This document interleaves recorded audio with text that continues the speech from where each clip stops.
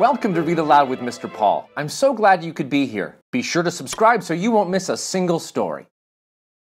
Today we'll be reading Peyton Picks the Perfect Pie, a Thanksgiving Celebration.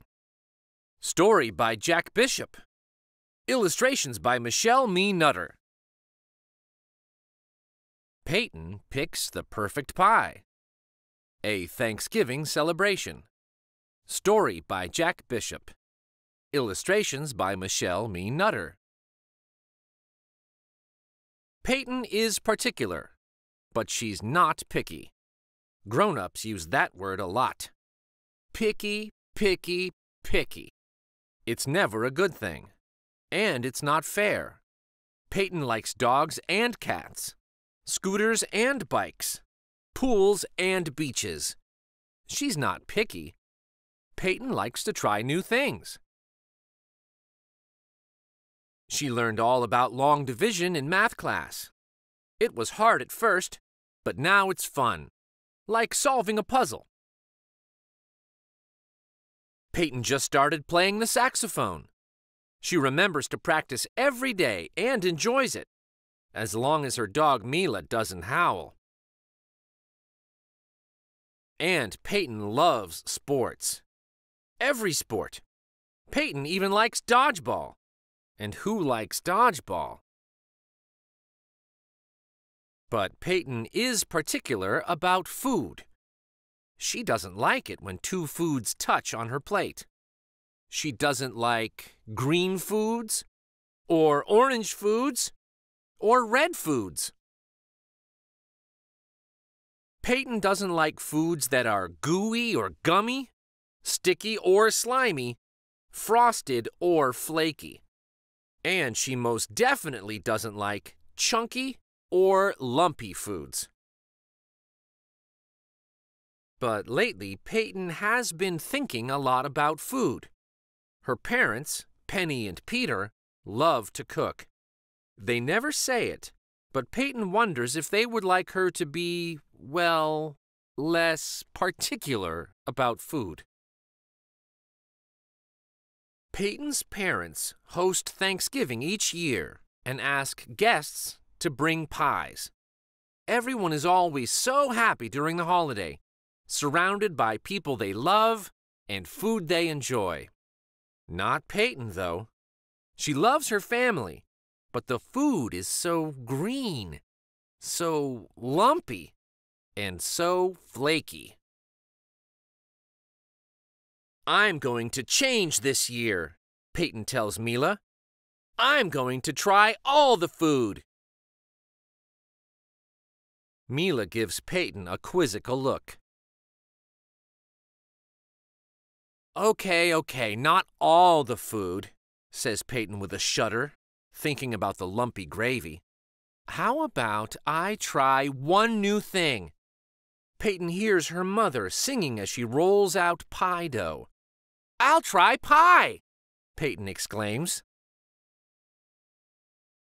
On Thanksgiving morning, Peyton helps her mom weave strips of pie dough into a pretty top. The small holes allow juices from the apples to evaporate, Penny says. That's why my crust is so flaky. Peyton tries to pretend she didn't just hear the word flaky. She looks over at her dad. Dad, do you need any help? The first guests are here. It's Uncle Sherwood and Uncle Mark. Peyton is excited and a little nervous to see all the different pies. We've brought our famous lemon chess pie, says Uncle Mark. I like checkers better than chess, Peyton whispers to Mila. Then she asks her uncles, what does this pie have to do with playing chess? Uncle Sherwood is a history buff. This recipe dates back several hundred years to England. The original name was cheese pie because the yellow filling sets up very firm, like a piece of cheese. Cheese in the pie? Peyton is concerned. That sounds both lumpy and sticky. Don't worry, says Uncle Mark reassuringly. There's no cheese in our pie. Just lemon, sugar, cornmeal, butter, and eggs. When the next guest arrives, Peyton is in the kitchen. She runs to hug Maria Alvarez, a social studies teacher at Peyton's school. "Peyton, don't crush my ruffled milk pie." "Ruffled what?" Peyton asks her favorite teacher. "I first had this pie in Greece," explains Ms. Alvarez. "It's made with thin sheets of phyllo dough that are shaped into ruffles. A sweetened egg custard is poured over the phyllo, and the pie is baked until the phyllo is crisp and the custard just wiggles." "Oh no," Peyton whispers to Mila. "A pie that wiggles. And aren't ruffles for dresses?" Peyton opens the front door to find a crowd on the porch. It's Grandma Pearl, Grandpa Rich, Aunt Mia, Uncle Noah, and Peyton's 3 cousins, Jude, Jane, and Jamal. "Make room for me and my millionaire pie," says Grandma Pearl. Peyton asks her grandmother, "Do I get extra allowance if I try a piece?" "Don't be silly, Peyton. But this pineapple pie does taste like $1,000,000. Don't tell your parents," she adds, "but I bought my pie at the bakery for $10. What a deal." There's a knock at the back door. Peyton and Mila run to greet the next-door neighbors. "Bonjour, Peyton," says Mrs. Macaron. "Please take my plum galette." "Galette?" asks Peyton. "Oui, Peyton," exclaims Madeline, who is in Peyton's grade. "A galette is a rustic French tart. You arrange sliced plums on the dough, fold over the edges, and bake. And voila! Don't forget the candied violets," adds Mr. Macaron. "Or your mother's cinnamon whipped cream." Peyton looks over to Mila and says, "Flowers made into candies? Whipped cream with cinnamon? Finding a plain pie is going to be harder than I thought." Cousins Rachel and Russell from New York have brought Boston cream pie. Peyton is confused. They aren't from Boston, and their pie looks like a cake.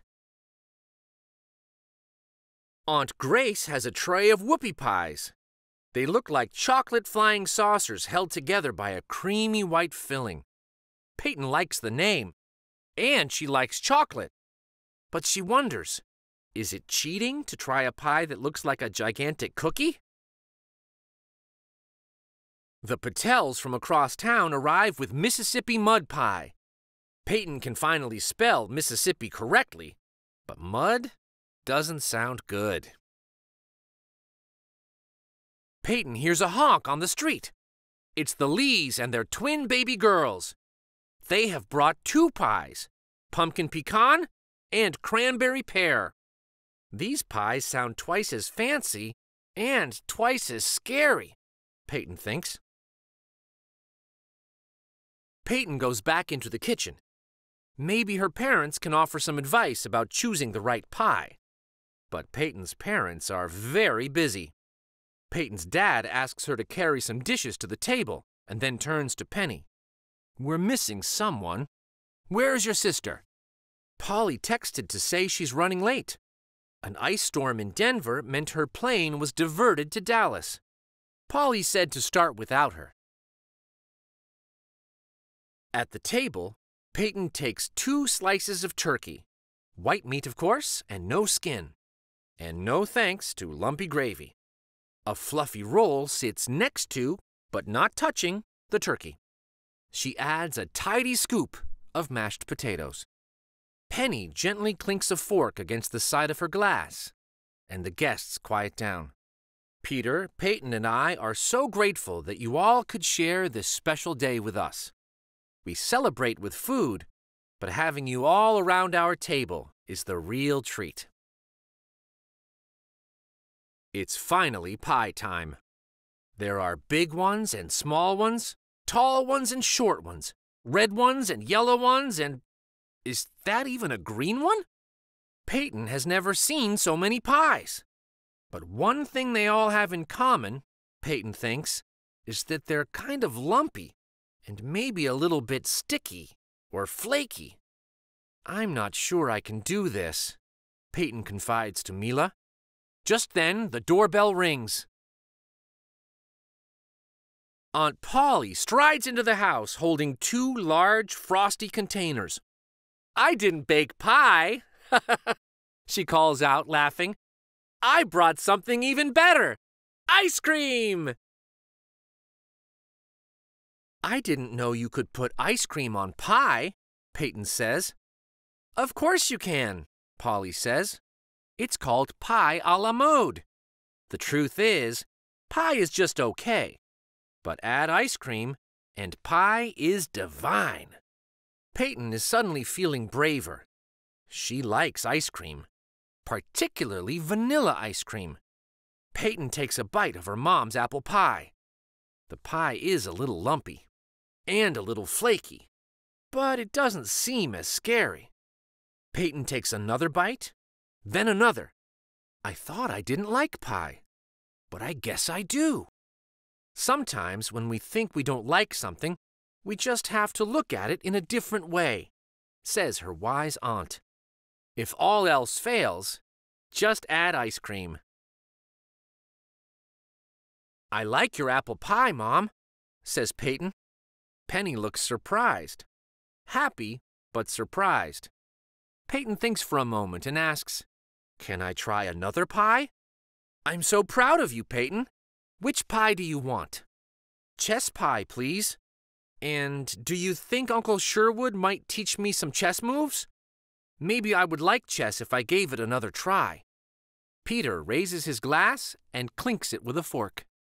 "Here's to pie, especially pie a la mode."